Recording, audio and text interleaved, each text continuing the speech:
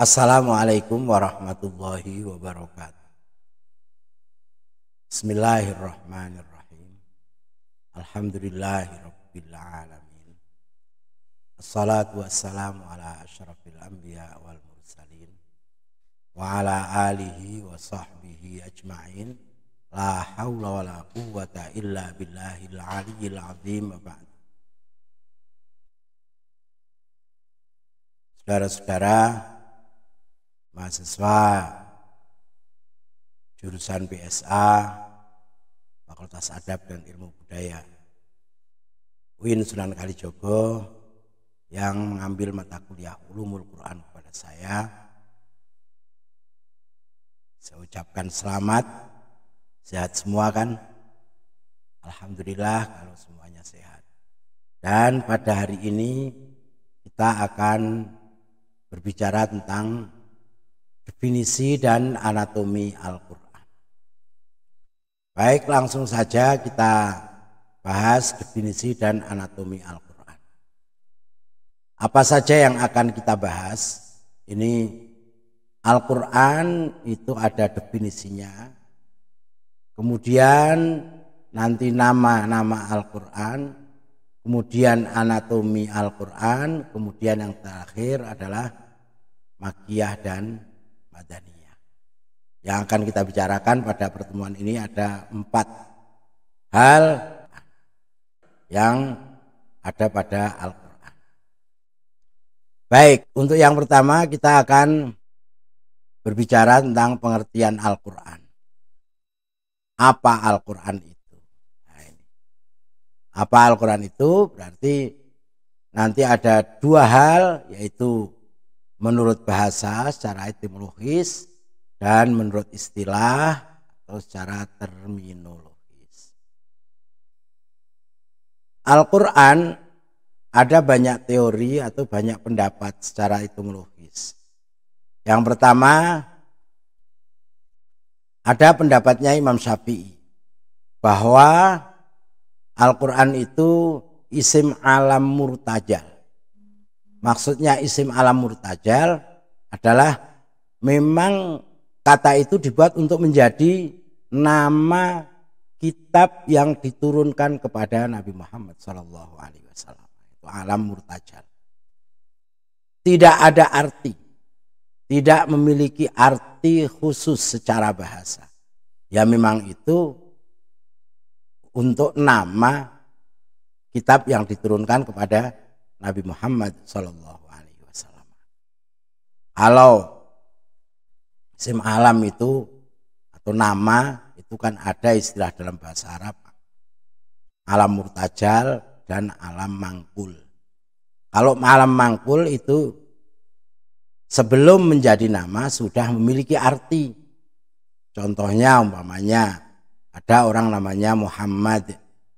Muhammad itu isim maf'ul dari hammada yuhammidu yang memiliki makna orang yang dipuji. Nah, kemudian dibuat nama menjadi Muhammad. Nah, itu namanya alam mangkul. Kalau alam murtajal itu sebelumnya tidak punya makna. Contohnya umpamanya Zainab. Zainab itu artinya apa sebelum menjadi nama? Enggak ada. Nah, kalau dalam bahasa Jawa, bahasa Indonesia juga banyak alam murtajal atau alam mangkul.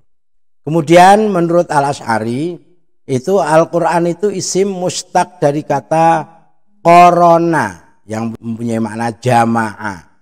Maksudnya adalah dari kata korona yang artinya mengumpulkan. Jadi korona menjadi Quran. Nah, itu menurut Al-Asy'ari. Artinya Al-Quran mengumpulkan. Mengumpulkan apa ya? Mengumpulkan ayat-ayat, surat-surat dan seterusnya. Atau segala sesuatu terkumpul dalam Al-Quran karena memang Al-Quran itu mencakup segala hal untuk kehidupan manusia. Kan begitu.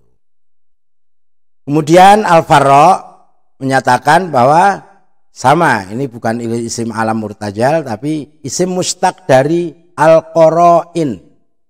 Al-Qara'in itu jamaknya Al-Qarinatu. Al-Qarinatu. Qarinah bukti. Al-Quran sebagai bukti. Nah, begitu. Nah, Al-Qarain kemudian Al-Quran. Begitu. Kemudian Az-Zujjaj beri pengertian Al-Quran itu isim sifat. Isim sifat yang berwazan fu'lan dari Al-Qur'u. Al-Qur'u qara'a, Al-Qur'u diwazankan fu'lanu atau fu'lan, ya. Fu'lan ini kemudian menjadi qara'a Qur'an. Nah, ini isim sifat yang artinya yang mengumpulkan. Al-Lihyani dan jumhur ulama mengatakan bahwa Al-Quran itu masdar berwazan fu'lan dari fi'il madhi qara'a, membaca. Membaca, qara'a membaca, qara'a yaqra'u masdarnya Quran, wazannya fu'lan, menjadi bacaan atau yang dibaca. Dengan makna maf'ul. Maf'ul berarti yang dibaca. Sesuai dengan ayat Al-Quran pada surat Al-Qiyamah 17-18. Inna alaina jam'ahu wa qur'ana. Fa idza qara'nahu fattabi' qur'an. Ini pengertian ini bisa Anda lihat dalam Al-Itqan halaman 116. Ya, itu ya. Jadi ini secara etimologis banyak pendapat tentang makna secara bahasa atau etimologis tentang Al-Quran. Kemudian kita menuju kepada pengertian Al-Quran secara terminologis atau istilah. Ini ternyata juga banyak pendapat. Melihat siapa yang berpendapat sesuai dengan keilmuannya masing-masing. Kalau al-mutakallimun atau teologis, orang-orang ahli tauhid, ahli kalam, Al-Quran itu kalam Allah yang qadim, bukan makhluk, terbebas dari sifat kebendaan. Ya. Jadi kalam Allah yang qadim artinya yang tidak ada awalnya dan bukan makhluk. Ya. Bukan makhluk, artinya tidak seperti yang dinyatakan oleh Mu'tazilah, di mana Al-Quran itu makhluk. Nah ini kalam Allah yang qadim dan bukan makhluk. Allah itu memiliki kalam, bukan makhluknya Allah tapi kalamullah.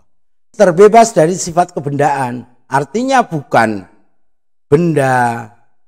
Lah apa yang tertulis itu mushaf. Ya, itu mushaf Al-Quran. Itu bukan Al-Quran. Tidak ada tulisan, tidak ada suara. Nah ini silakan nanti Anda bisa berbicara panjang dalam hal ini, tentang hal ini di ilmu kalam. Ya.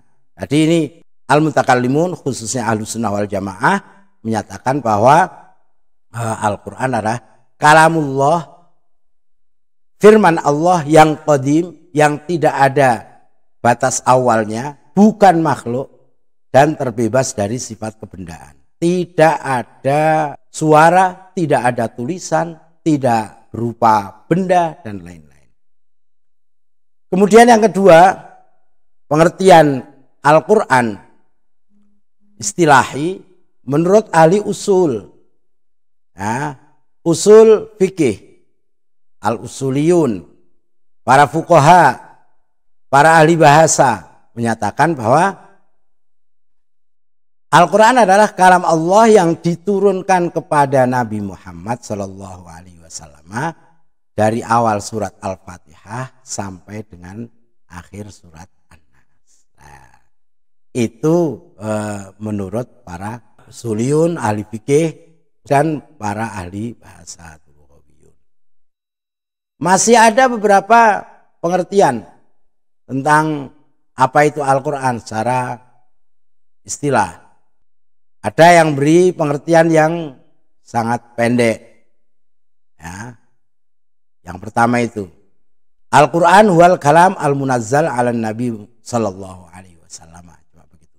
Al-Quran adalah kalam, maksudnya adalah kalam Allah yang diturunkan kepada Nabi Muhammad sallallahu alaihi wasallam. Cukup seperti itu aja. Ada yang memberi pengertian agak panjang. Al-Quran adalah Al-Quran huwal kalamul mu'jizu al-munazzalu ala Nabi sallallahu alaihi wasallam al-muta'abbadu bitilawat. Al-Quran adalah kalam Allah yang menjadi mukjizat yang diturunkan kepada Nabi Muhammad sallallahu alaihi wasallam, membacanya dianggap ibadah. Nah, ini yang lumayan lebih panjang daripada yang pertama. Ada yang lebih panjang lagi. Ahmad Yusuf Qasim menyatakan Al-Quran huwal kalamul mu'jizu al-munazzalu ala Nabi Muhammad sallallahu alaihi wasallam al-maktubu fil masahifi al-manqulu bitawaturi al-muta'abbadu bitilawati. Ya. Al-Quran adalah, ini ada tambahan tadi. Ya, ada tambahan aja. Di situ ada al-maktubu fil masahifi dibanding di atasnya. Yang tertulis di dalam mushaf-mushaf al-manqulu bitawaturi yang diriwayatkan dengan cara mutawatir. Yang terakhir sama, hanya tambahan dua, al-maktubu fil masahifi dan al-manqulu bitawaturi. Ada lagi Ali As-Sobuni malah panjang lagi, lebih panjang lagi. Al-Quran huwa kalamullah al-mu'jizu al-munazzalu ala khatamil anbiya'i wal mursalin biwasitatil amin Jibril al-maktubu fil masahif al-manqulu ilaina bitawatur al-muta'abbadu bitilawatihi al-mabdu'u bi suratil Fatihah wal makhtumu bi suratin Nas. Nah, itu menurut Ali As-Sobuni. Quran adalah kalamullah yang menjadi mukjizat yang diturunkan kepada penutup para nabi dan rasul, ya kanjeng Nabi Muhammad sallallahu alaihi wasallam, dengan wasilah, dengan perantaraan Al-Amin Jibril, malaikat Jibril yang terpercaya. Al-maktubu fil masahifi, hampir sama dengan yang atas, yang tertulis di dalam mushaf-mushaf. Al-manqulu ilaina bitawaturi, ya hampir sama dengan di atas tadi, yang diriwayatkan kepada kita dengan mutawatir. Al-muta'abbadu bitilawatihi, sama dengan ini, yang membacanya dianggap ibadah.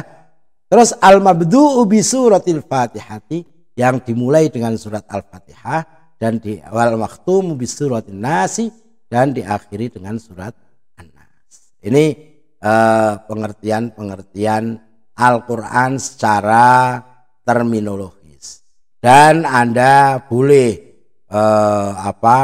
mengambil salah satunya, tapi paling tidak adalah yang paling pendek, yaitu Al-Quran huwal kalamul munazzalu ala Nabi sallallahu alaihi wasallam. Quran adalah kalamullah yang diturunkan kepada Nabi Muhammad sallallahu alaihi wasallam. Ini pengertian Al-Quran, baik pengertian secara bahasa etimologis maupun secara istilah atau terminologi.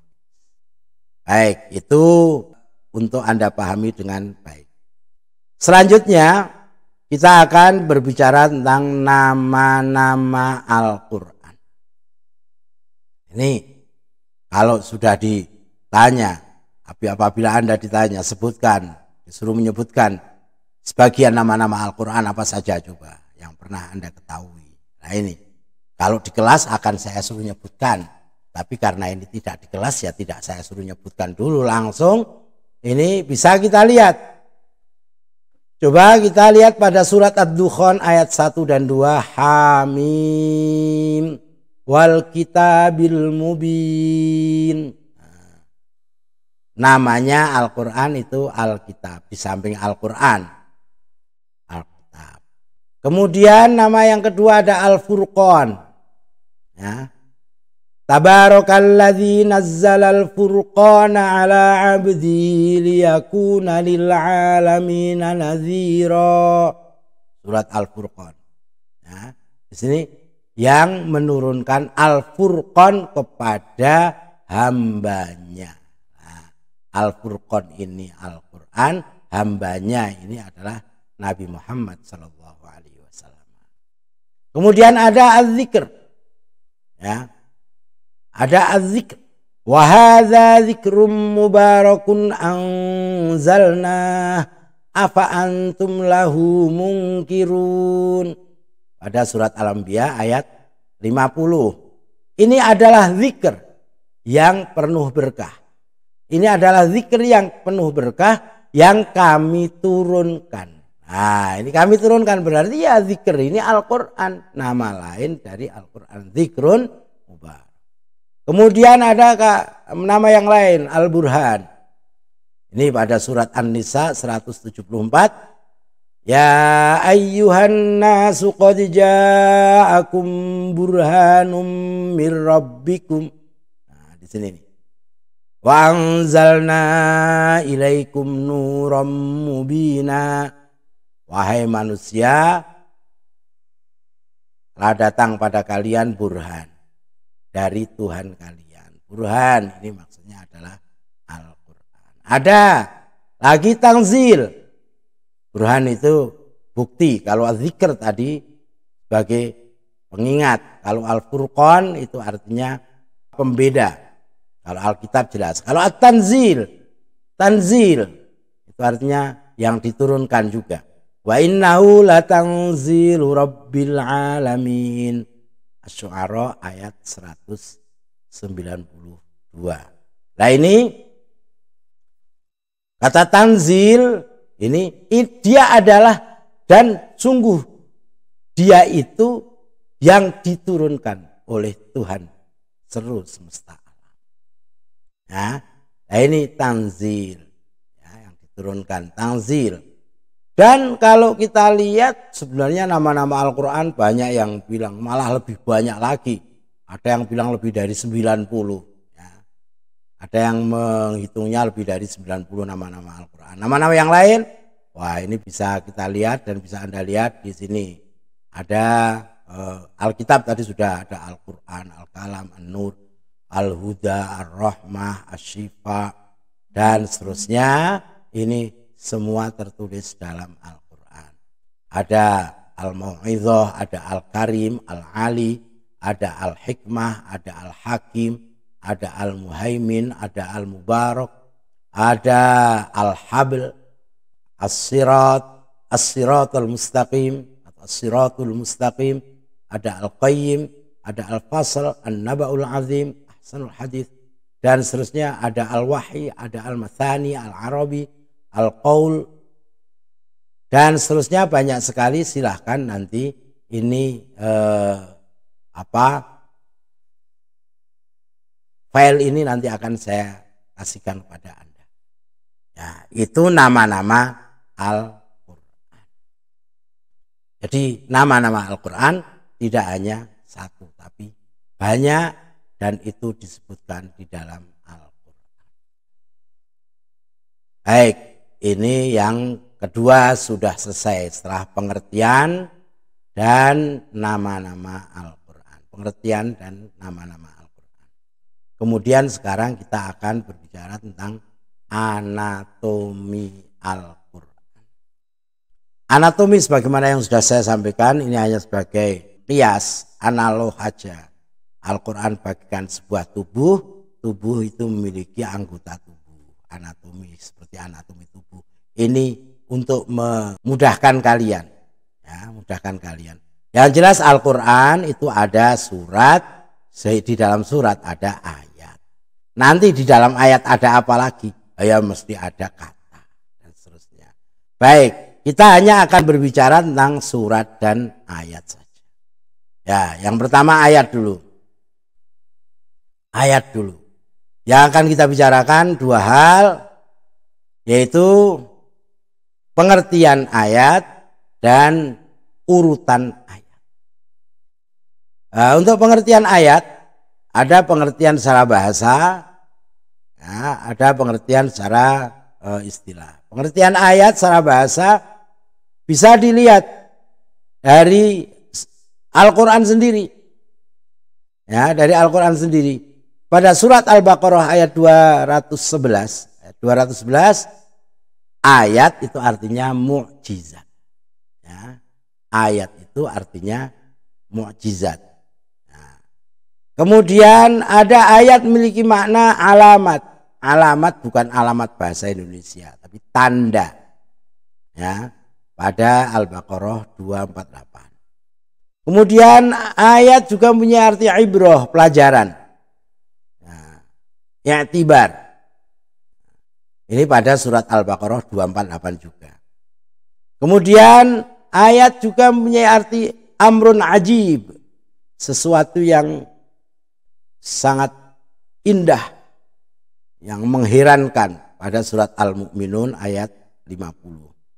Ada ayat juga secara bahasa mempunyai makna burhan wa dalil, ada pada surat Ar-Rum ayat 22. Burhan wa dalil maksudnya adalah bukti. Dalil juga bukti. Ya, sebagai buktilah ayat liqaumi yatafakkarun dan seterusnya. Dan ini tentu saja makna secara bahasa yang disebutkan oleh Al-Quran. Jadi tidak semua kata ayatun dalam Al-Quran pasti memiliki makna ayat seperti yang kita pahami secara istilah ayat-ayat Al-Quran itu bukan. Itu ya.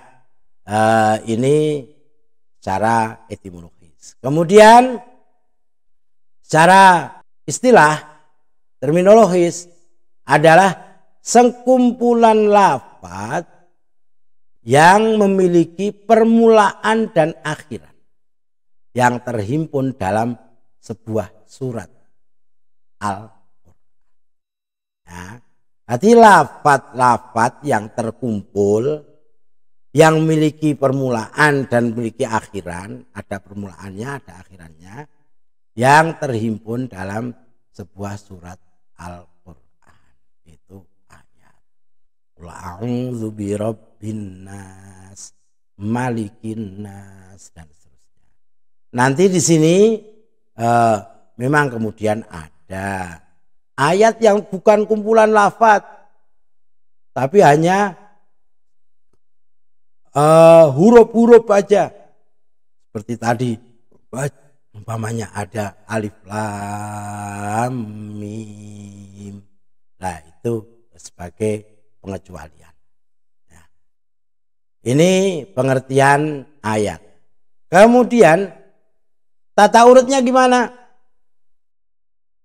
Tata urut, siapa yang mengurutkan ayat-ayat Al-Quran? Para ulama ijma,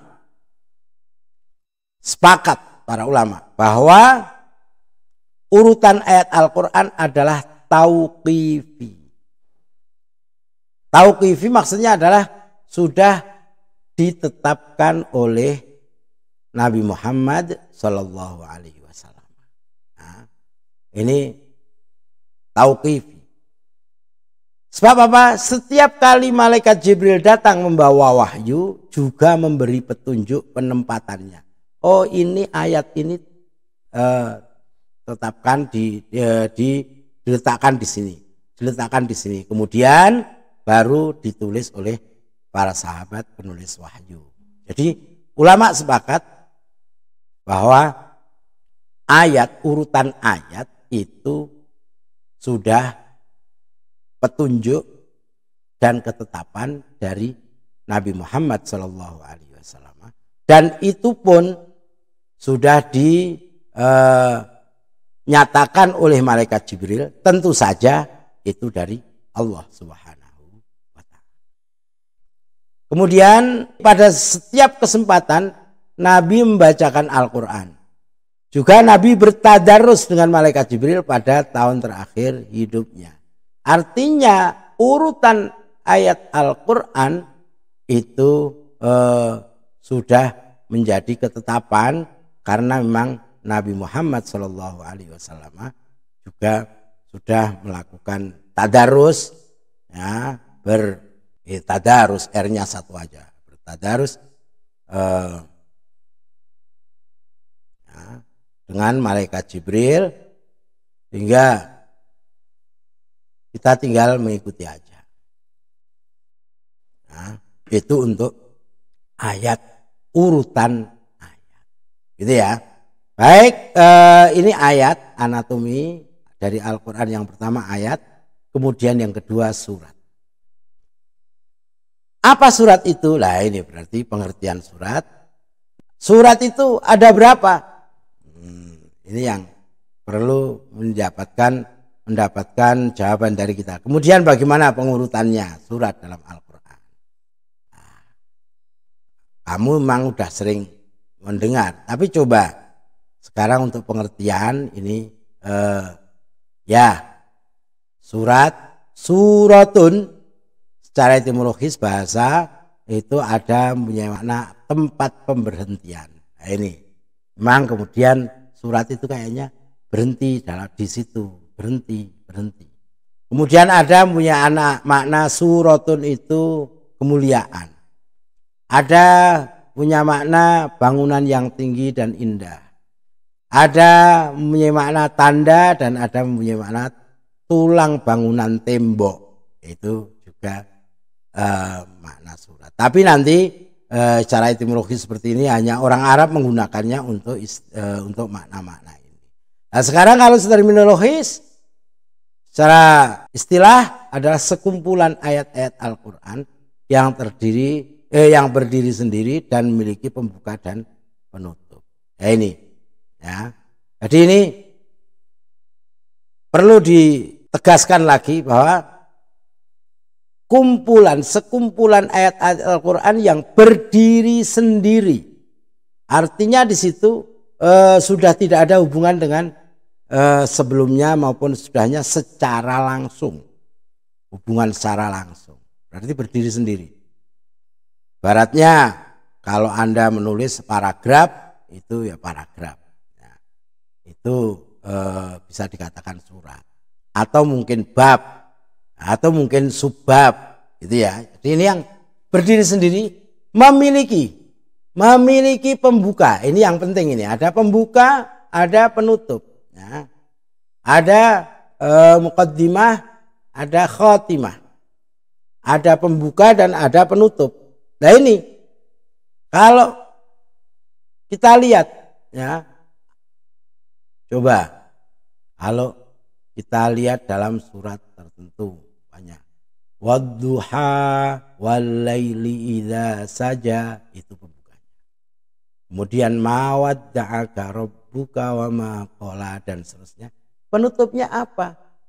Fa ammal yatima fala taqhar wa ammas sa'ila fala tanhar wa amma bi ni'mati rabbika fahad. Isinya yang mana? Nah itu ya. Ini ada nanti ada penelitian yang dilakukan oleh para ulama. Asy-Syatibi itu kalau nggak keliru, beliau juga menyatakan bahwa Al-Quran itu ibarat satu karya yang tidak bisa dipisahkan antara satu dengan yang lain. Ada pembuka dan ada penutup. Setiap surat ada pembuka dan ada penutup. Dan ini juga banyak penelitian yang menyatakan seperti itu. Bahkan kemudian keyakinan ini kemudian mereka meneliti mana pembukanya, mana penutupnya, mana isinya. Ya. Kalau saya contohkan satu lagi, umpamanya surat Al-Adiyat. Surat Al-Adiyat itu wal-adiyati dhabha fal muriyati qadha fal mughirati subha fa atharna bihi naq'a fa wasatna bihi jam'a. Nah, itu sebagai pembuka. Pembuka apa? Di situ Allah bersumpah dengan kuda perang. Dan kuda perang yang menyerbu di waktu subuh yang sangat heroik, kemudian menakutkan sekali. Isinya apa? Ya setelah itu Innal insana li rabbih lakanud wa innahu ala dzalika lasyahid wa innahu li hubbil khairi lasyadid. Itu isinya.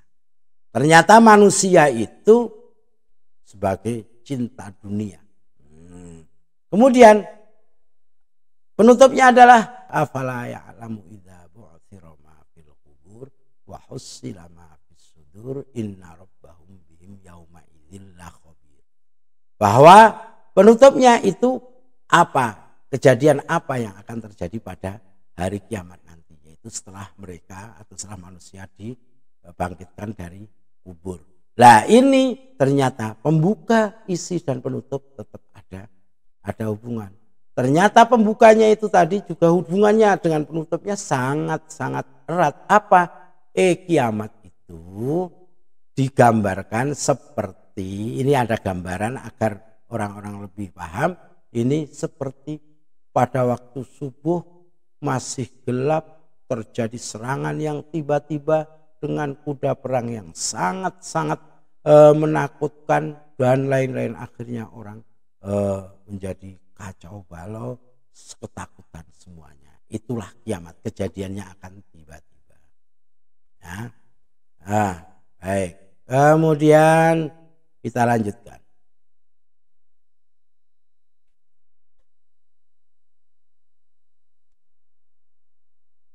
Pembagian surat.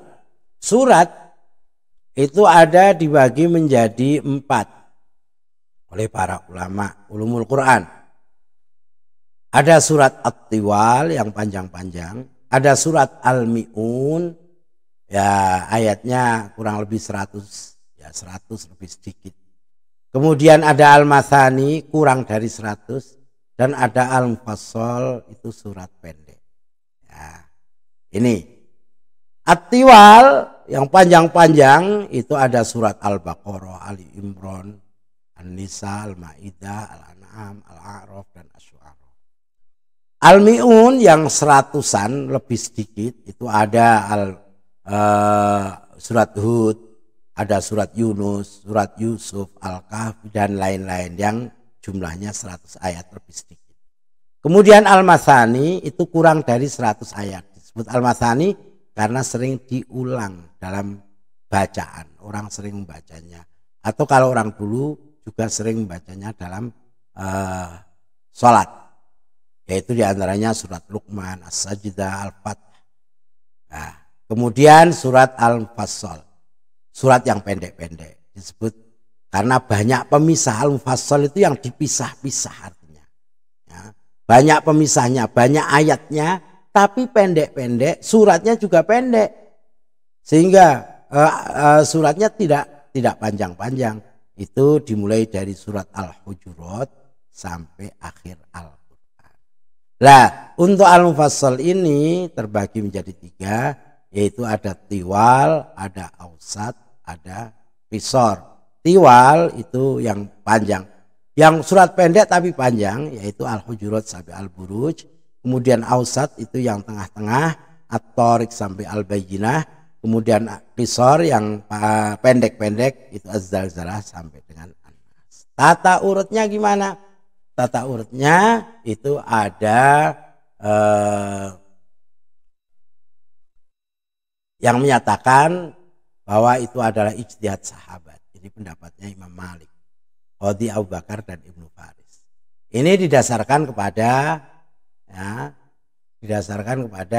satu,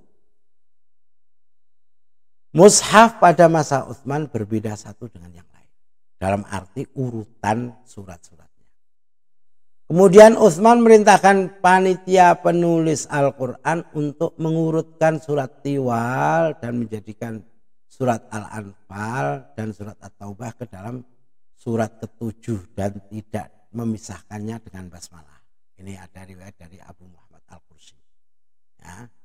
Ini ternyata Al-Anfal dan At-Taubah itu satu surat. Sehingga surat At-Taubah itu tidak ada basmalahnya. Ada yang menyatakan tauqifi, ini berdasarkan ijma sahabat terhadap mushaf Utsmani dan riwayat Imam Ahmad dan Abu Dawud dari Hudzaifah Ats-Tsaqafi. Kemudian yang terakhir ini sebagian tauqifi, sebagian ijtihad. Itu untuk surat. Selanjutnya akan saya tambahkan Makkiyah dan Madaniyah. Baik, langsung aja. Ini ternyata ada 4 teori dalam hal memberi pengertian Makkiyah dan Madaniyah. Makkiyah itu ada ayat yang Makkiyah dan ada surat yang Makkiyah. Madaniyah juga begitu. Ada surat Madaniyah, ada surat Makkiyah. Baik, akan kita lanjut nanti aja untuk permasalahan mana ayat surat Makkiyah dan Madaniyah. Teori pertama, mulahadzatu makanin nuzul. Teori ini berorientasi pada tempat turunnya ayat atau surat itu. Kalau turun di Mekah dan sekitarnya disebut surat atau ayat Makkiyah. Dan turun di Madinah dan sekitarnya disebut surat Madaniyah. Nah, ini teori ini kelebihannya jelas dan tegas. Apa? Ya, mana saja ayat atau surat yang turun di Makkah dan sekitarnya Makkiyah, yang turun di Madinah dan sekitarnya Madaniyah. Tapi ada kelemahannya, tidak mencakup seluruh ayat Al-Quran. Karena apa? Karena ada yang turun jauh dari Mekah, jauh dari Madinah. Dan ini ya, jadi tidak bisa mencakup keseluruhan. Kemudian teori kedua adalah mulahadzatu mukhatabin bin nuzul. Teori subjektif, artinya berorientasi pada subjek yang dituju. Siapa yang mendapatkan atau ayat itu berbicara kepada siapa. Nah ini, kalau ungkapannya pakai ya ayyuhal kafirun, ya bani Adam, itu Makkiyah karena bukan orang mukmin, tapi ya ayyuhalladzina amanu itu Madaniyah. Gitu. Ya. Jadi ini teori yang kedua subjektif, artinya berorientasi pada subjek. Siapa yang dituju ayat itu. Kelebihannya rumusannya itu lebih mudah dimengerti rumusannya. Tapi juga tidak mencakup seluruh ayat Al-Quran sebab tidak semuanya untuk ya ayyuhalladzina amanu atau tidak semuanya siapa yang akan dituju ungkapan itu. Ayat itu untuk siapa tidak harus seperti itu karena ya Al-Quran tidak kemudian mukhatabnya tidak disebut langsung banyak sekali. Kemudian teori ketiga yaitu teori historis, mulahadzatu zamanin nuzul. Ini berorientasi kepada waktu turunnya. Berarti yang turun sebelum hijrah ke Madinah berarti Makkiyah. Yang turun setelah hijrah ke Madinah namanya Madaniyah. Nah ini, jadi pemisahnya adalah hijrah. Nabi hijrah ke Madinah berarti Madaniyah, sebelum hijrah berarti Makkiyah. Kelebihannya mencakup keseluruhan ayat Al-Quran. Kemudian ada yang terakhir teori konten analisis. Mulahadzatu ma tadammanatis surah. Ini isi yang terkandung dalam surat itu. Ini teori ini mendasarkan kriterianya pada isi ayat atau surat. Makkiyah berisi kisah-kisah para nabi dan rasul dan umat yang masa lalu. Sementara Madaniyah berisi hukum, berisi hudud, pidana, faraid, warisan dan lain-lain. Hukum-hukum itu.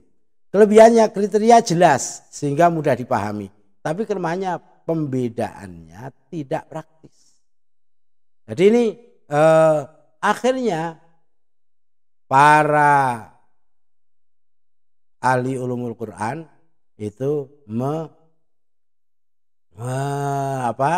memilih yang ketiga ini, yaitu melihat waktu turunnya. Sebelum hijrah ke Madinah berarti Makkiyah, setelah hijrah ke Madinah berarti Madaniyah. Walaupun turunnya di Mekah seperti ayat yang turun pada Haji Wada dan lain-lain. Ya, ini 4 teori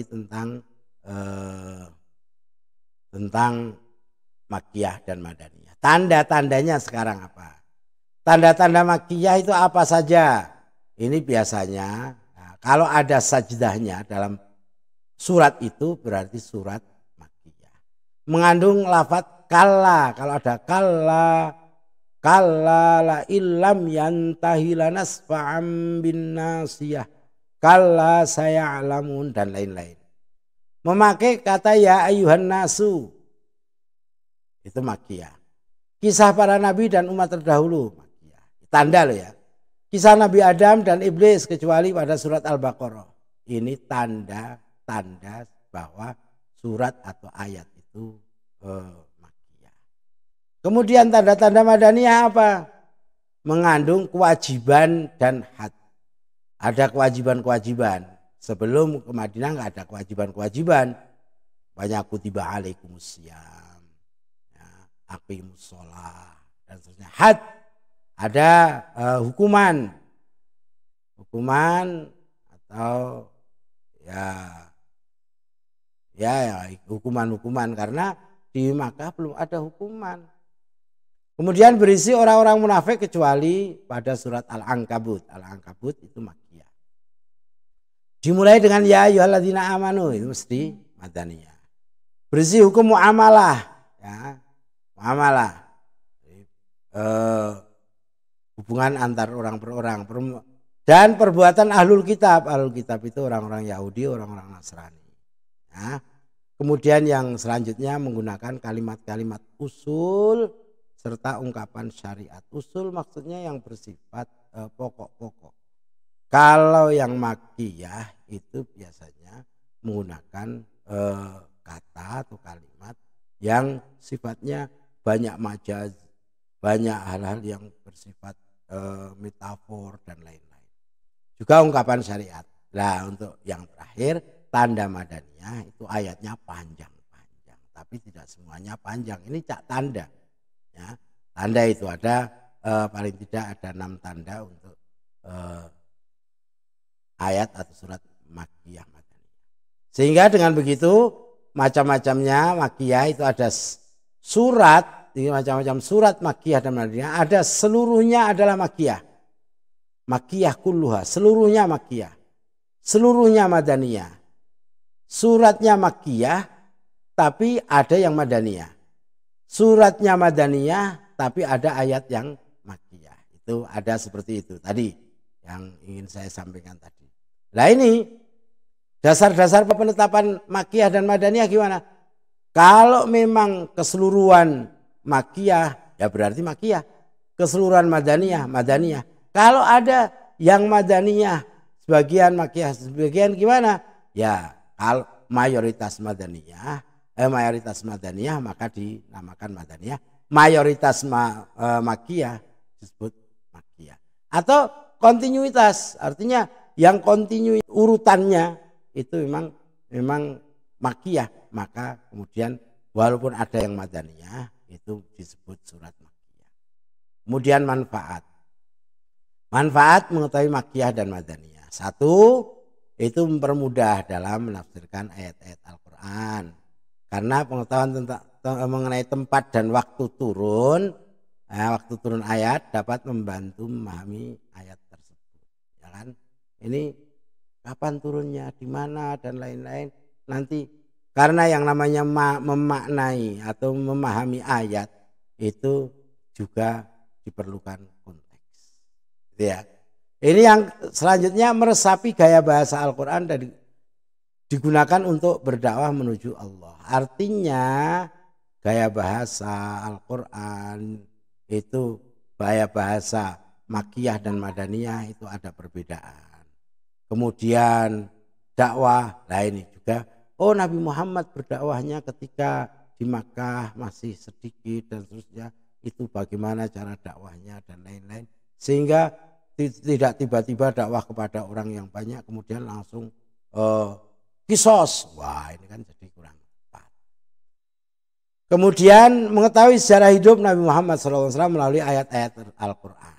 Nah, ini bisa dengan mengetahui Makkiyah Madaniyah. Kemudian mengetahui keindahan bahasa Al-Quran dan menjadi hazanah ilmu Islam. Artinya keindahan bahasa di sini saya katakan tadi ini mana yang makkiyah, mana yang madaniyah. Nah ini ternyata tingkat kesastraannya, kesusastraannya itu tinggi yang makkiyah dibanding madaniyah. Juga membedakan antara nasakh dan mansukh. Nasakh itu yang menghapus hukum. Mansukh itu yang dihapus hukum.